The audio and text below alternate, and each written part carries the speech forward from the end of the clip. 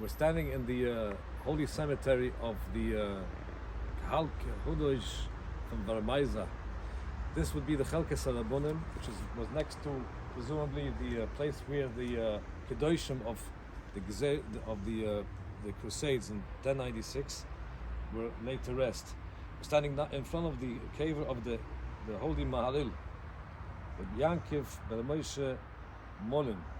He was born in 1360 in Mainz. His father was the Rabbi of Mainz, and he also served later on as a Rosh Yeshiva in Mainz. In his last year, he was brought to Worms to be the rabbi here, and here is where he passed away. He had a big yeshiva in Mignatzah. This was the time after the Black Death, and lots of calamities that the Jews had suffered. Also the reinvigorated massacres of 1298, and then again all the persecutions after the Jews were blamed for the Black Death. So it was a time of very low peak in Jewish scholarly yeshivas. The Maharil got the title of Moreno. At that time, since there weren't many yeshivas and there weren't many learned men, so there were some people parading as rabbis, but they weren't. So in order to practice as a rabbi, you would have to get the title of Moreno, which he did get, but he tried not to use it in his own, when he himself was being called up in the title. Now, in his time, there was a guy called Johann Hus from Prague, probably influenced by the Victor Kara and Björn Lippmann from Mulheisen in Prague. That he had his he was probably the forerunner of the reformation of the church, and he disputed a lot of their doctrines. They had called us Johann Hus to explain himself, and he was killed. But his people continued making their own version of Christianity, and the Catholics from other places were going to go fight they were called the Hussites, or by the Jews they were called the Bnei Chushim or the Avazim, because Hus is a goose, and Hebrew Avaz is a goose. So they were called the Avazim or the Bnei Chushim. Maharil saw trouble coming. The people from Brabant and Holland, they were going to come to fight in the Bohemia, the Hussites. And on the way, they were going to do what they did in the olden days, take care of the Jews on the way while they're at it.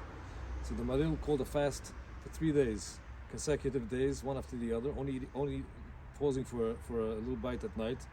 And a special order of prayer was made by the Maharil. And on the third day, they actually said also the prayer of Ne'ilah, like we do on Yom Kippur, with the whole order of how the Maharil. Let's explain.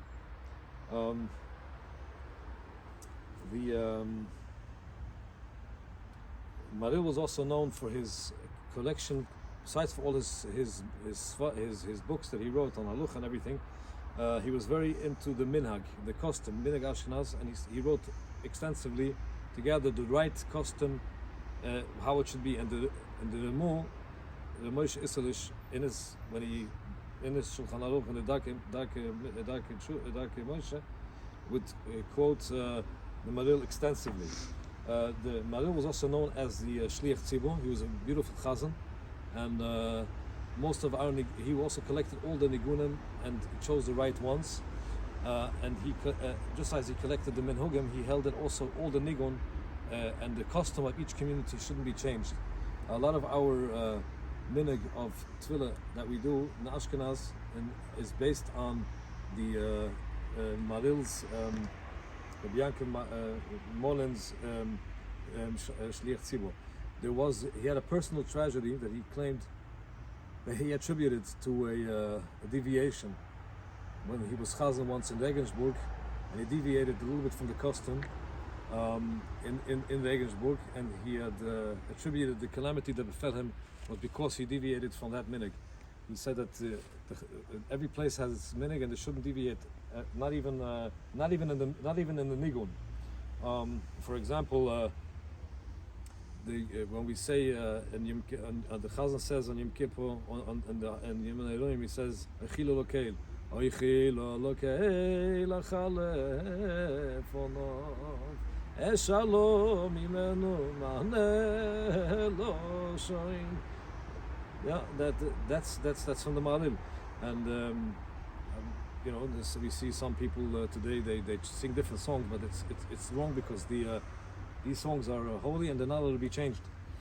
The Maharil passed away in 1426, and if you see on his mitzvah, he asked that no one should be buried in his daladamas, in the four cubits.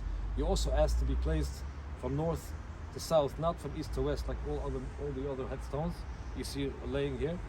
The reason for that being, we're not 100% sure. Some say is because there was a church facing it, so if his matzeva shouldn't be facing the church.